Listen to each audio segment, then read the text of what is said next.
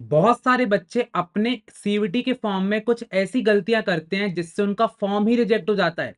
बहुत सारी डिटेल्स को गलत फिल कर देते हैं जिससे बाद में चल के बहुत ज्यादा दिक्कत आती है और अच्छा स्कोर लाने के बाद भी उनका एक अच्छा एडमिशन नहीं होता है। और ये मैं पर्सनल एक्सपीरियंस से बोल रहा हूँ क्योंकि जो मेरे स्टूडेंट्स थे कुछ, उन्होंने भी ऐसी गलतियां करी थी। उसके बाद उनका 800 में से 700 के ऊपर का स्कोर आया था, तब भी कॉलेज नहीं मिला था क्योंकि लास्ट मोमेंट पर गलतियां कर दी थी। इसलिए बहुत ज्यादा इंपॉर्टेंट है कि जितना भी टाइम मिला है, 28 मार्च का लास्ट डेट है, यहां पर तुमको करेक्शन विंडो में जाकर के सारी चीजों को अच्छे से फिल आउट कर देना है। ये जो करेक्शन विंडो है इसको तुम लोग देख सकते हो। यहां पर आप जैसे ही ओपन करोगे अपने सीयूटी की वेबसाइट को, यहां पर सबसे ऊपर आपको इस पोर्टल पे मिल जाएगा।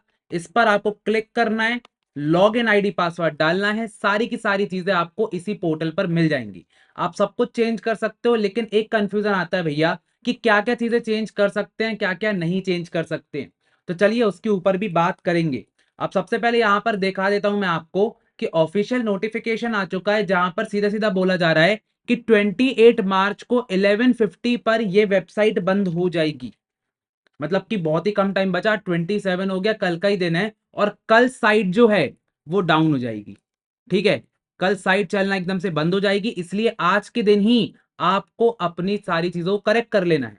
यहां पर ये जो वेबसाइट है cut.nta.nic.in, इस पर जा सकते हो, सारी की सारी चीजें यहीं पे कर सकते हो। अगर आपको कोई भी दिक्कत जाती है तो आपको एनटीए की वेबसाइट पर विजिट करते रहना है, सारे अपडेट्स वहीं मिलेंगे। लेकिन आपके पास इतना टाइम नहीं है तो आप भैया को जल्दी से सब्सक्राइब कर लो ताकि आपको सारी की सारी चीजें एक बार में मिल जाए।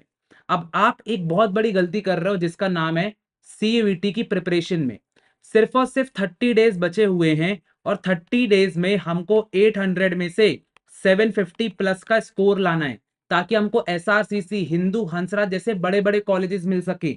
इसके लिए यहां पर मैं आपकी हेल्प करने के लिए आया हूं और आपकी हेल्प करने के लिए मैं आपको दे रहा हूं यहां पर एक पूरा का पूरा डेडिकेटेड कोर्स, जहां पर आप चाहे बीकॉम ऑनर्स के हो, चाहे आप बीबीए के हो, कोई दिक्कत नहीं है, सारी की सारी चीजें एक बार में आपकी क्लियर हो जाएंगी ऑन आर बैच जो कि स्टार्ट हो रहा है 31 मार्च से। टॉप टॉप फैकल्टीज यहां पर आप देख सकते हो, इंडिया की बेस्ट है और आपको दिलवाएंगे 800, जैसे कि यहां पर AIR1 जो कि पलक अग्रवाल थी एंड अनन्या आर्या जो कि 2024 की थी। तो जल्दी से एक बार डिस्क्रिप्शन पे जाकर के जरूर चेकआउट करना। अब मैं आपको आपके करेक्शन के लिए बता देता हूं कि भैया आपको और क्या क्या करना है। सो यहां पर सबसे पहले अगर मैं नीचे चलता हूं तो एनटीए ने खुद हमको बताया है कि यहां पर जो कैंडिडेट्स हैं, यहां पर अगर आप ध्यान से देखोगे, आप इसमें से क्या चीजें चेंज नहीं कर सकते हो, पहले तो ये देख लो। तो आप अपना मोबाइल नंबर और ईमेल एड्रेस में कुछ भी चेंज नहीं कर सकते हो, ये बिल्कुल ही बिल्कुल एनटीए ने मना कर दिया है।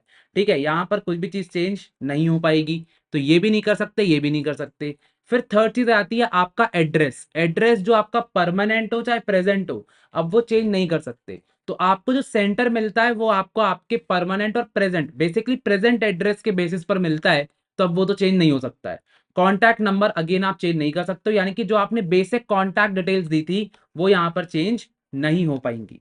लेकिन अब कुछ अच्छी खबर है जिसको आप चेंज कर सकते हो। जैसे कि यहां पर मैं बात करता हूं तो अपना नाम आप आराम से चेंज कर सकते हो। ये एक बहुत ही अच्छी चीज है क्योंकि बहुत सारे बच्चे गलतियां करते हैं, उनका कुछ मिडिल नेम होता है, आधार कार्ड पे है, 10th क्लास पर नहीं है। तो मेरे हिसाब से आपको हमेशा फोकस करना चाहिए 10th क्लास पर। 10th क्लास से रिलेटेड डिटेल्स डालो क्योंकि आधार में तो आप चेंज भी करा सकते हो अपने नाम को। Same for father's name also, same for mother's name also. जो चीज 10th और 12th की मार्कशीट पर लिखी है वही लिखोगे, आधार कार्ड में बाद में जाके चेंज करा सकते हो, कोई दिक्कत नहीं है।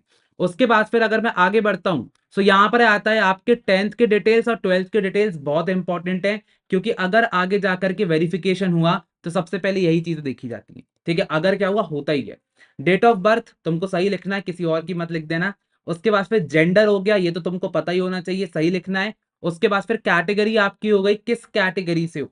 ठीक है, category is very very important क्योंकि इसके बेसिस पर ही आपको रिजर्वेशन मिलेगा। तो अगर ये गलती कर दी तो रिजर्वेशन आगे जाकर के कैंसिल हो जाएगा। अगर आपके पास कोई भी कैटेगरी में आप आते हो, चाहे ओबीसी आओ, चाहे ST SC में आओ, चाहे आप PWD में आओ, आपके पास प्रॉपर डॉक्यूमेंट्स होना चाहिए, कैटेगरी का सर्टिफिकेट होना चाहिए, तभी आपको आगे जाकर के मदद मिल पाएगी। इसके अलावा आपका फोटोग्राफ आपको अपलोड करना है, सिग्नेचर अपलोड करना है। फोटोग्राफ रिसेंट की अपलोड कर देना, वो बचपन वाली आधार कार्ड वाली मत करना वरना दिक्कत हो जाएगा। इसके अलावा आपकी एग्जामिनेशन सिटी को भी आप चेंज कर सकते हो। चलो भाई, ये एक अच्छा ऑप्शन दिया गया है, इसको जरूर वही वाला रखना जहां पर प्रेजेंट रहो, दूर ना हो, ज्यादा 1-2 घंटे दूर ना हो, पास का रखना। ठीक है, बढ़िया है। तो यहां पर आराम से आप लोग जो है सारा the option to add subjects में चूज अप टू 5 सब्जेक्ट्स, आप अपने कहीं ना कहीं करेक्शन कर सकते हो जो भी सब्जेक्ट्स आपको चूज करना है। तो अगर आपको जीएटी देना है, नहीं देना है, एक बार जल्दी से इसके बारे में सोच लो। अगर देना चाहते हो तो दे दो, नहीं देना तो बिल्कुल मत दो। आपकी एलिजिबिलिटी एक बार जरूर चेक कर लेना कि आप अगर बीकॉम ऑनर्स दे रहे हो तो 3 डोमेन प्लस एक लैंग्वेज है कि नहीं, उसमें अकाउंट्स है कि नहीं, ये सारी चीजें आपको पता होना चाहिए, वरना दिक्कत हो जाएगी।